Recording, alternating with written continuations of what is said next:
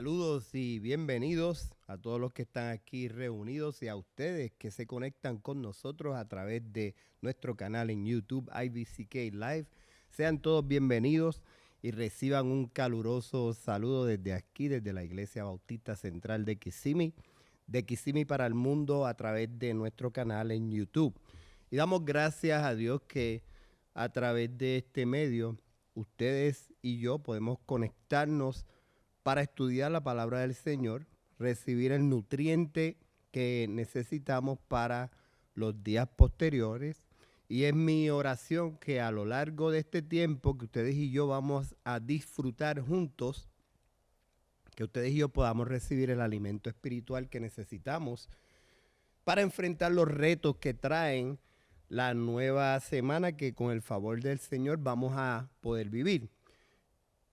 Y es mi intención hoy de hablarles a ustedes de lo que verdaderamente contamina el hombre.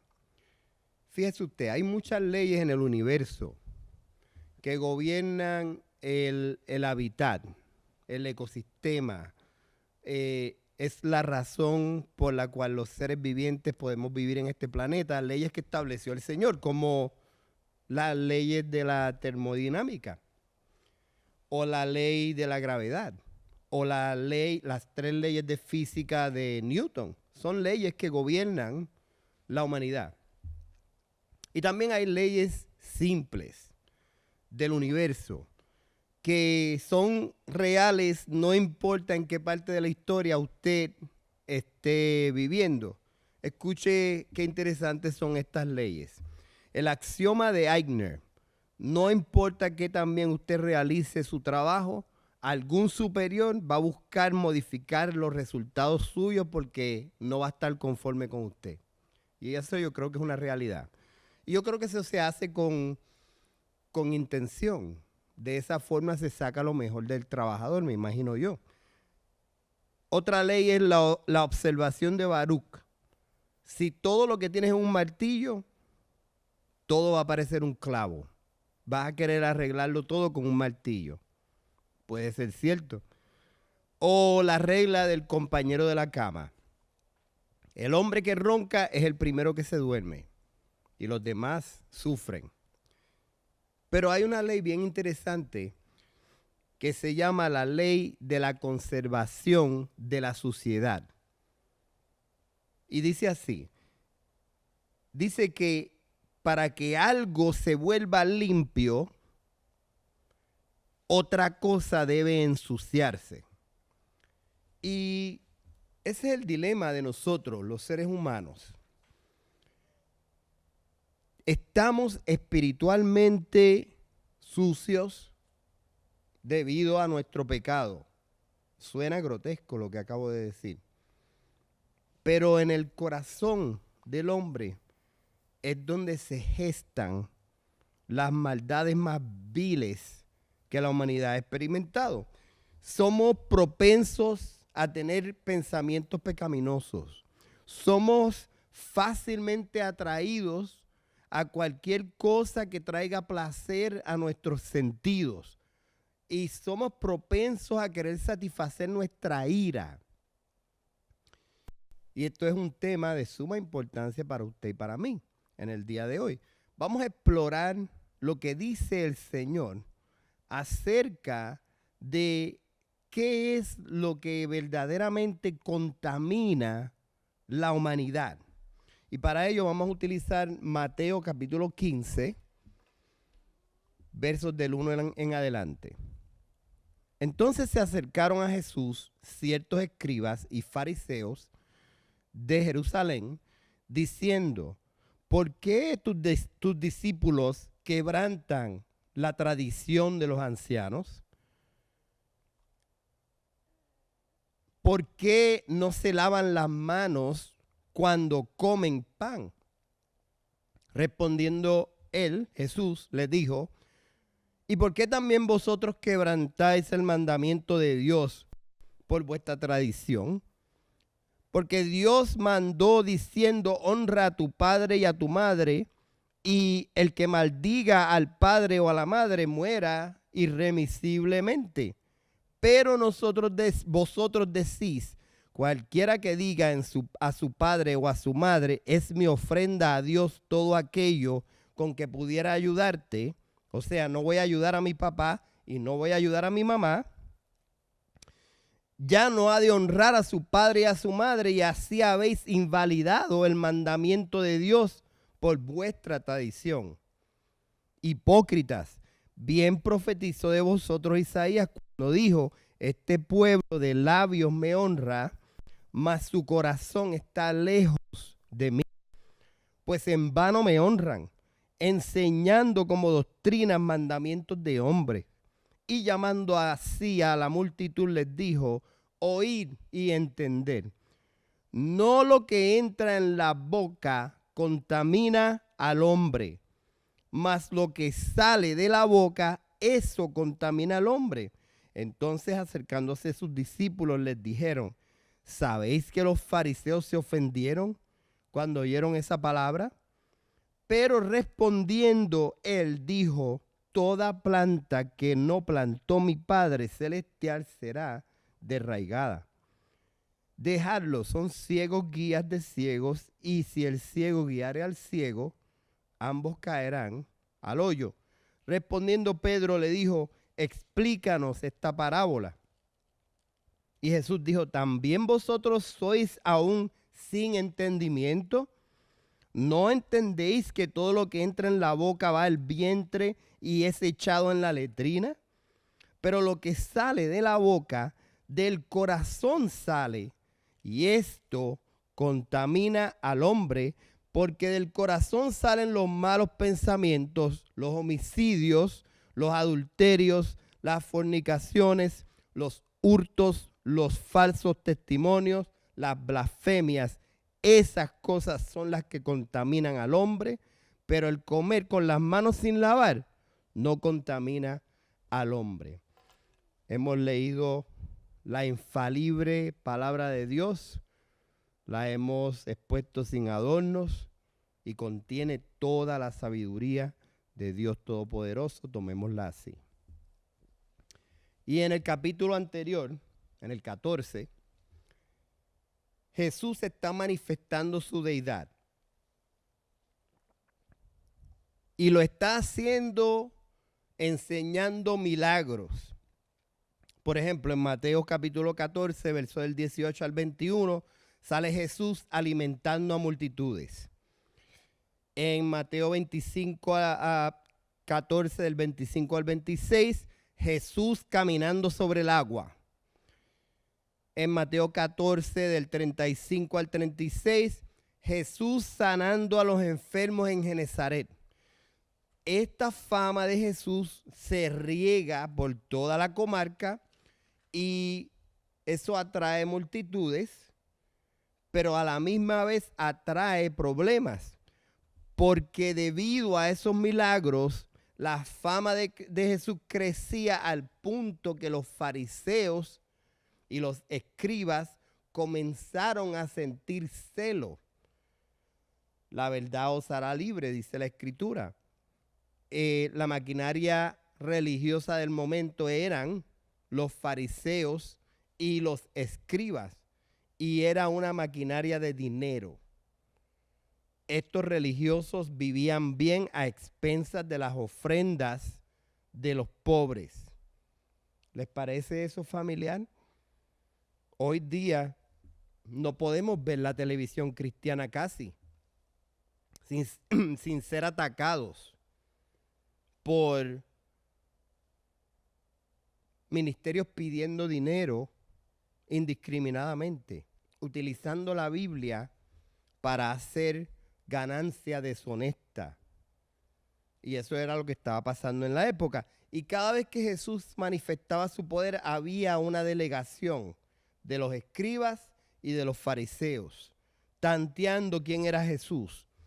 Y en Mateo 15, lo que acabamos de leer, versos del 1 al 2, vemos que los fariseos van y encaran a Jesús tratando de conservar tradiciones. Y el problema es que conservar rituales y tradiciones no hace a la gente santa, no hace a la gente aceptable para ir al cielo. Eso no limpia, eso es externo. Y ellos van y preguntan al Señor por qué los discípulos rompen la tradición. ¿Por qué no se lavan las manos para comer pan? Acusando a los discípulos de Jesús que rompieron la tradición de los ancianos. Usted sabe que ustedes y yo hemos estado expuestos a muchas tradiciones de ancianos. Cosas que practicamos y no sabemos por qué las practicamos. Cada vez que estornudamos o alguien estornuda, decimos salud. Y no entendemos por qué decimos salud. Y es una costumbre bien frívola. Se generó en el siglo XVI, ellos creían que de estornudar era morir por unos segundos y le deseaban al rey que no muriera y le decían salud. Y se quedó la tradición. Y hoy día, si usted no dice salud, la gente se ofende y no sabemos por qué decimos salud. Y esta gente querían preservar una tradición. No se trataba de higiene. No se trataba de que ellos, mira, lávate las manos para que no te enfermes. Ese no era el punto. El punto es que era un ritual religioso. Y era un ritual extenso. Había que lavarse las manos, hacer unas oraciones y unos ruegos. Elevaron los rituales por encima del verdadero arrepentimiento y de la obediencia a Dios. No podemos seguir rituales. No podemos ir a la iglesia un domingo como si estuviésemos marcando una lista de compras. Y ya fuimos a la iglesia, ya cumplimos con este requisito. De eso no se trata. Las prácticas externas no salvan, no pueden purificar un corazón y no pueden limpiar el pecado que nos asedia. La santidad comienza de adentro hacia afuera y no a la inversa.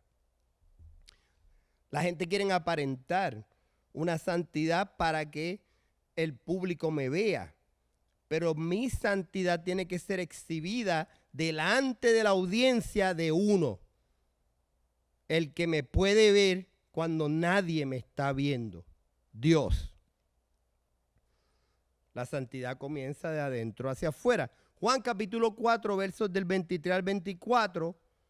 Allí está el relato cuando Jesús le dice a la mujer samaritana que él, Dios, busca adoradores en espíritu y en verdad y no en rituales.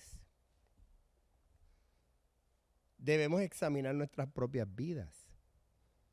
Nos aferramos a tradiciones religiosas para tener alguna sensación de santidad, para sentirme bien conmigo mismo. Las tradiciones religiosas no pueden reemplazar a un corazón transformado. El corazón transformado lo origina una persona que desde adentro hacia afuera es transformado por el poder de Dios. Solamente Cristo nos puede limpiar de adentro hacia afuera. Es el punto. En Mateo capítulo 15, versos del 3 al 6, cuando vienen estos religiosos a reprocharle a Cristo que sus discípulos no se lavaron las manos, Jesús los encuentra culpables también a ellos, a los que piensan que son mejores que los demás. Ese es el problema con la religión. Cuando comenzamos a practicar rituales y religiones, se convierte en un elitismo. Y ahora pensamos que somos mejores y somos un nivel de cristianos mejores porque hacemos estas disciplinas. Y no es así. Jesús los encontró culpables a los que se creían que eran buenos. Ellos también estaban rompiendo los mandamientos. Jesús les da un ejemplo claro de cómo ellos han deshonrado a Dios. ¿Cómo lo deshonraron? Bueno, porque ya les dije que eran la maquinaria religiosa del momento, vivían bien. Históricamente, estos hombres vivían en la mejor área de Jerusalén. Y era una ley, se llamaba la ley del Corbán, donde tú como persona mayor tenías que suplir ayuda monetaria para tus papás. Ese era el sistema de retiro que puso el Señor para que los ancianos tuviesen resguardo. Y esta gente decían, no puedo darle a mi papá y a mi mamá porque lo que tengo es ofrenda para el Señor. Y nunca daban la ofrenda para el Señor, rompiendo así los mandamientos, igual que los mandamientos de los ancianos que él estaba diciendo que los discípulos estaban rompiendo. ¿Cuál es la moraleja? La moraleja es que antes de buscar faltas en los demás, debemos examinarnos nosotros mismos. Y cuando usted se pone debajo del microscopio, usted se va a dar cuenta de que usted también tiene faltas. Sencillo. ¿Cómo yo lo sé? Alguien preguntaría, pastor, ¿cómo usted lo sabe? Porque yo también tengo faltas. La Biblia dice que todos hemos fallado y que no hay justo ni aún uno. Jesús enfrentó la actitud de los que pensaban que eran más santos de todos, los fariseos, que se apresuraron a juzgar imprudentemente, ignorando que ellos mismos también estaban pecando de una manera tan mala como los pecados que ellos estaban señalando. Se apresuraron a juzgar y Jesús descubrió su hipocresía y condenó esas acciones. En Mateo capítulo 7, él habla precisamente de eso y dice, ¿por qué no miras la paja del ojo? ¿Por qué miras la paja en el ojo de tu hermano y no te quitas la viga que te está saliendo de tu ojo? Porque somos muy prestos para criticar. Somos muy prestos para señalar las faltas. Y haciendo un paréntesis, somos también muy prestos para quejarnos cuando no tenemos un buen servicio, cuando alguien no me da lo que yo necesito, pero somos muy lentos para decirle a una persona lo buen trabajo que hizo para nosotros. ¿Cuándo fue la última vez que le dijiste a un mesero, yo agradezco que tú trabajes aquí y que me hayas servido? ¿Cuándo fue la última vez que le dijiste a una persona que vino a trabajar en tu casa, gracias porque personas como tú hacen mi vida más fácil? ¿Por qué no sacas de tu ojo la viga antes de mirar la paja? Esas son palabras de Jesús, no son mías. Así es que en lugar de criticar, preguntemos, ¿en dónde necesito yo hoy la gracia de Dios? ¿Cuál es el área débil mía donde Dios necesita ayudarme?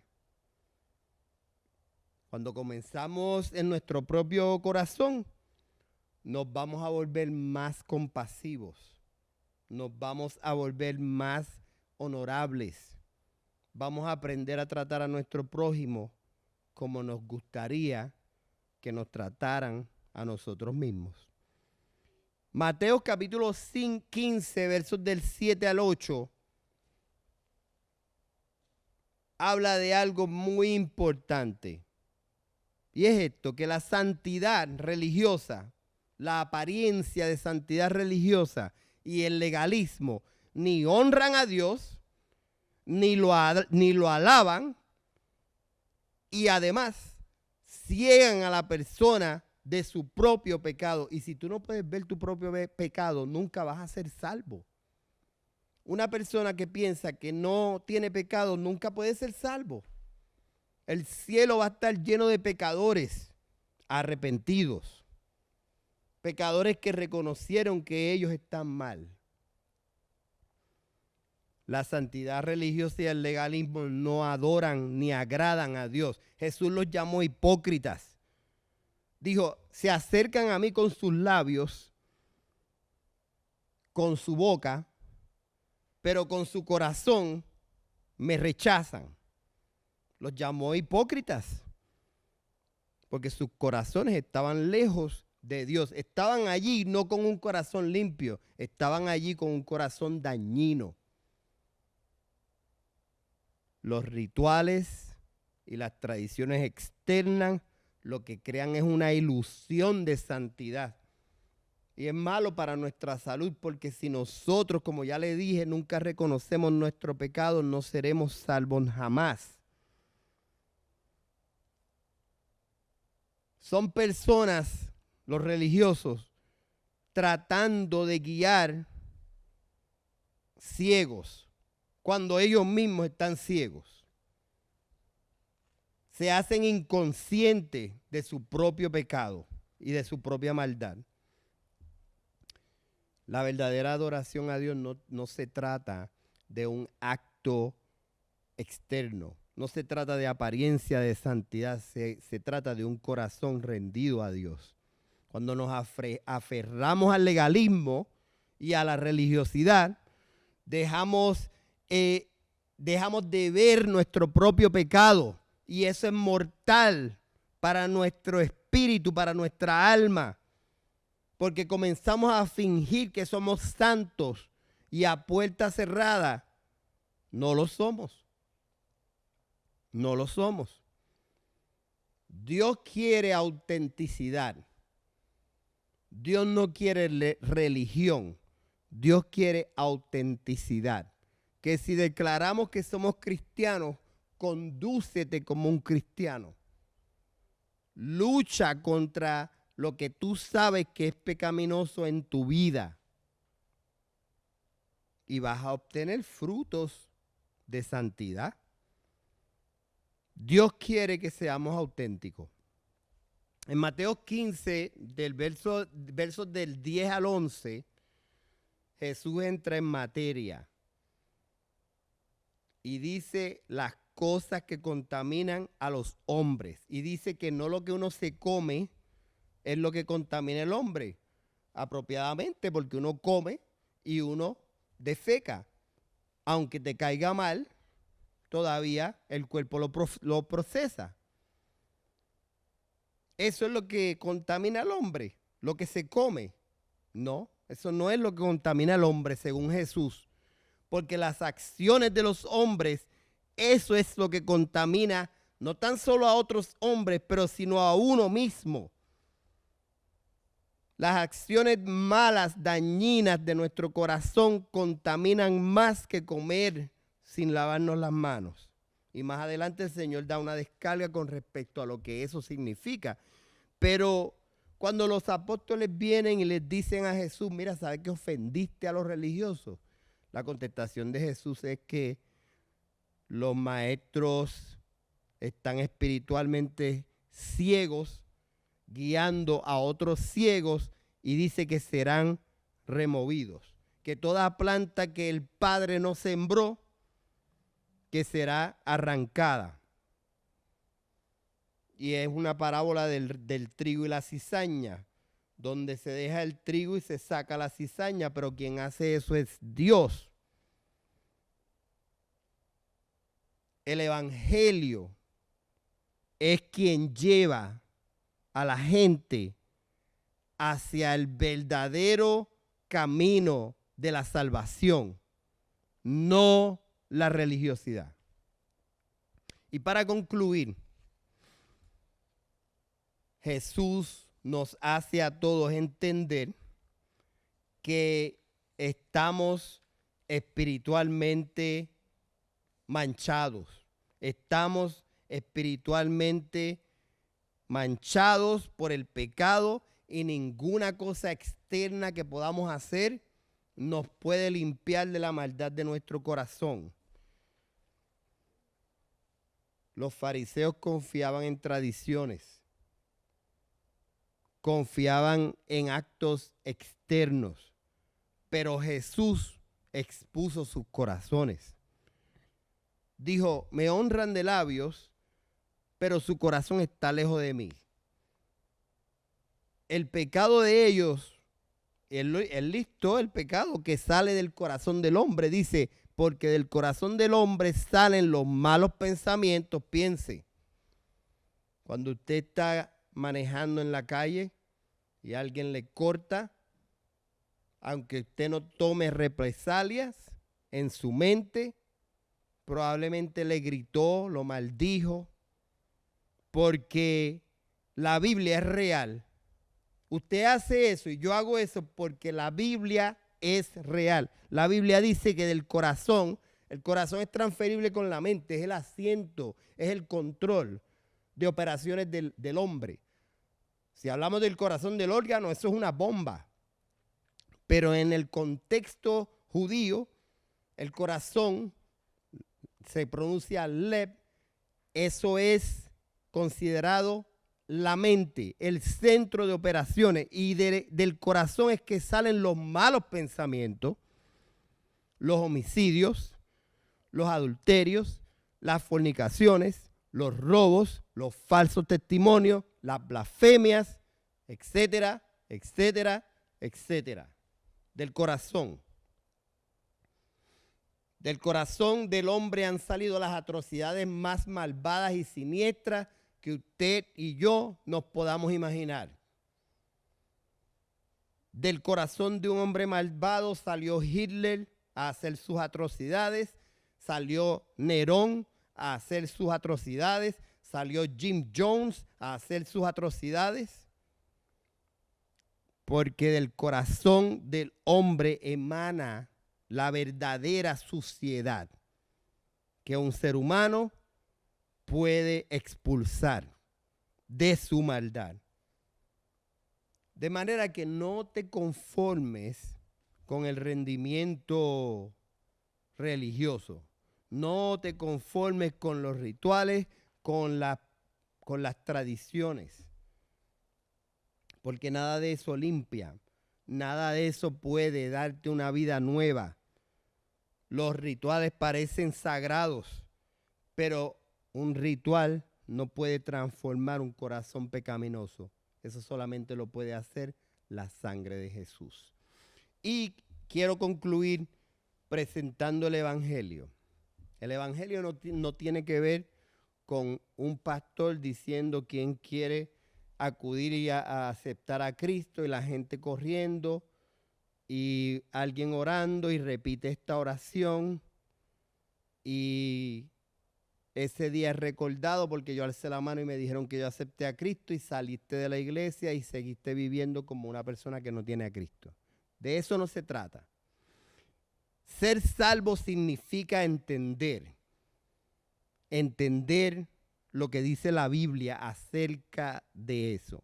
Lo primero que tienes que entender es que hay un plan. Y el plan es de Dios, viene de Dios. No es tuyo ni es mío. Así es que yo no me puedo inventar variaciones del plan. Yo no puedo traer de Buda y insertar a este plan. No puedo obtener de Mahoma e insertar en este plan. No, este plan es de Dios y es el único plan que existe para salvarnos. Y hay que seguirlo. Mira lo que dice la Escritura en Isaías capítulo 33, verso 22. Porque el Señor es nuestro juez. El Señor es nuestro legislador. El Señor es nuestro rey y Él es el que nos salva, no yo, ni usted. Si usted y yo nos pudiéramos salvar, hace rato nos hubiéramos salvado, pero no podemos, pero Él sí puede. Lo otro que necesitas saber es de qué necesitas ser salvo. Todo el mundo dice, necesito ser salvo del infierno. No, el infierno es una consecuencia. La gente ha querido vivir sin Dios toda la vida y cuando mueren, Dios le concede su deseo. Y van a morir lejos de Dios y ese lugar se llama el infierno. Pero no es de eso que tenemos que ser libres. Tenemos que ser libres de la ira de un Dios santo. Dios es santo y Dios es justo. Y Él no puede permitir que el pecado quede impune. Fíjese usted, si una persona asesina cruelmente a una familia y esa persona está en el frente del juez y los familiares que están vivos están escuchando eso, y ese asesino en serie le dice al juez: señor juez, yo sé que yo hice eso, pero yo no lo vuelvo a hacer. Usted me perdona, por favor. Si el juez dice, está bien, yo te creo, sale en libertad, todo el mundo va a decir que ese juez es un juez injusto. Pero cuando Dios juzga justamente, decimos, que Dios es injusto. ¿Sabes por qué decimos que Dios es injusto? Porque no entendemos lo que dice el profeta Nahum en el capítulo 1, verso 3. El Señor es lento para la ira y grande en poder, y Él no puede absolver al que es culpable, punto. Porque no sería justo. Ahora, alguien puede decir, bueno, menos mal que yo no he matado a nadie, menos mal que yo no he hecho un pecado grande. Tenemos que ponernos a la prueba, porque la palabra de Dios nos dice en Santiago capítulo 2, verso 10, que si tú rompes uno de los mandamientos una sola vez, ya eres considerado culpable. Bueno, Jesús redefinió la regla. No la redefinió, sino que los hombres no la respetaron como tenía que respetarla, porque Jesús dijo, escuchaste que si cometes adulterio eres culpable de pecado, pero yo te digo que si pensaste en tu mente algún pensamiento sexual hacia una persona que no es tu cónyuge, ya cometiste adulterio. Bajo esas circunstancias yo creo que ninguno sería inocente. También Él dijo, oíste que no asesines a tu prójimo, pero yo te digo que si pensaste, lo odiaste en tu corazón o lo insultaste, ya lo asesinaste. Se llama asesinato espiritual. Bajo esas circunstancias todos somos culpables. De manera que necesitamos ser salvos porque hemos pecado. Punto. La Biblia dice que todos nosotros hemos pecado y que no hay uno solo que pueda decirle a Dios, yo me merezco el cielo porque yo soy bueno. No existe, no hay ni uno. Somos incapaces de salvarnos a nosotros mismos y no nos podemos declarar salvos. Pero en Hechos capítulo 16, verso 31, un carcelero le preguntó a Pablo, ¿cómo puedo yo ser salvo? Y él le dijo, Pablo dijo, cree en el Señor Jesucristo y serás salvo. ¿Creer qué? Bueno, tienes que creer que Jesucristo vino al mundo de una manera sobrenatural, porque una virgen no puede dar a luz. Tienes que creer que Jesús vivió toda su vida sin cometer ni un solo pecado, cumpliendo toda la ley por mí, que no la puedo cumplir, y por usted, que tampoco la puede cumplir. Tienes que creer que murió en inocencia. A Jesucristo le hicieron un juicio injusto, sin testigos, con evidencia falsa, cuando ellos no tenían ni siquiera la jurisdicción ni la potestad de hacer un juicio ni de matar a nadie. Así que lo que pasó con Jesucristo fue completamente injusto. Y aún así no cometió pecado, porque mientras estaban abofeteándolo, él no estaba pensando, espera que llegue en gloria para que veas a quién estás abofeteando. No, porque eso invalidaría el sacrificio, cometería pecado. En vez, él decía, perdónalos, no saben lo que hacen. Murió inocentemente, resucitó al tercer día y más de 500 personas lo vieron resucitado. Lo dice en los evangelios. Y ahora usted me va a decir, Pastor Benji, usted está probando Biblia con Biblia. Bueno, usted puede buscar a los escritos de Eusebio Josefo, un historiador romano del primer siglo, que que no creía en Jesús, no creía en la religión judía, él estaba allí documentando las guerras judías. Y hoy usted puede ir al internet y buscar las guerras judías en el capítulo 90, cuando Eusebio escribe, y había un hombre llamado Jesús, si es que podemos llamarlo hombre, porque hizo milagros indubitables, fue muerto y resucitó y se le apareció a sus discípulos. Eso está documentado, eso ocurrió. Y usted tiene que creer que Él resucitó. Y usted tiene que creer que Él dijo que vendría por nosotros. Eso es lo que tiene que creer uno para ser salvo. Y tiene que decirle al Señor Jesús, usted es mi Señor. Ese es el plan de salvación. Jesucristo es el camino, el único camino. Y está accesible para ti en el día de hoy. Vamos a orar. Señor, oro para que todos los que han sido expuestos a esta maravillosa palabra sean iluminados por tu Santo Espíritu y que el entendimiento de todos los que fueron expuestos a esta, de tal forma sean enriquecidos, iluminados, para que el Espíritu Santo de Dios complete la obra de salvación en cada uno de ellos. Oro también que tengan la fuerza de decir Jesucristo es mi Señor y Salvador. Y oro por aquellos que escucharon y ya son salvos. Es un llamamiento a que nos analicemos nosotros mismos, a que practiquemos el cristianismo de la manera correcta para que se evidencie la bondad de Cristo y no el juicio religioso de los fariseos. Gracias, Señor, por lo que tú haces con nosotros. Y, Señor, bendecimos tu nombre porque tú has sido bueno hasta el sol de hoy. Gracias, Señor, en el nombre poderoso de Cristo Jesús. Amén y amén. Y los dejo con la bendición sacerdotal que se encuentra en Números capítulo 6, versos del 24 al 26. Que el Señor los bendiga y los guarde. Que el Señor haga resplandecer su rostro sobre ti y tenga misericordia de ti. Y que el Señor levante su rostro sobre ti y te dé paz. Que tengan un maravilloso resto del día. Dios les bendiga.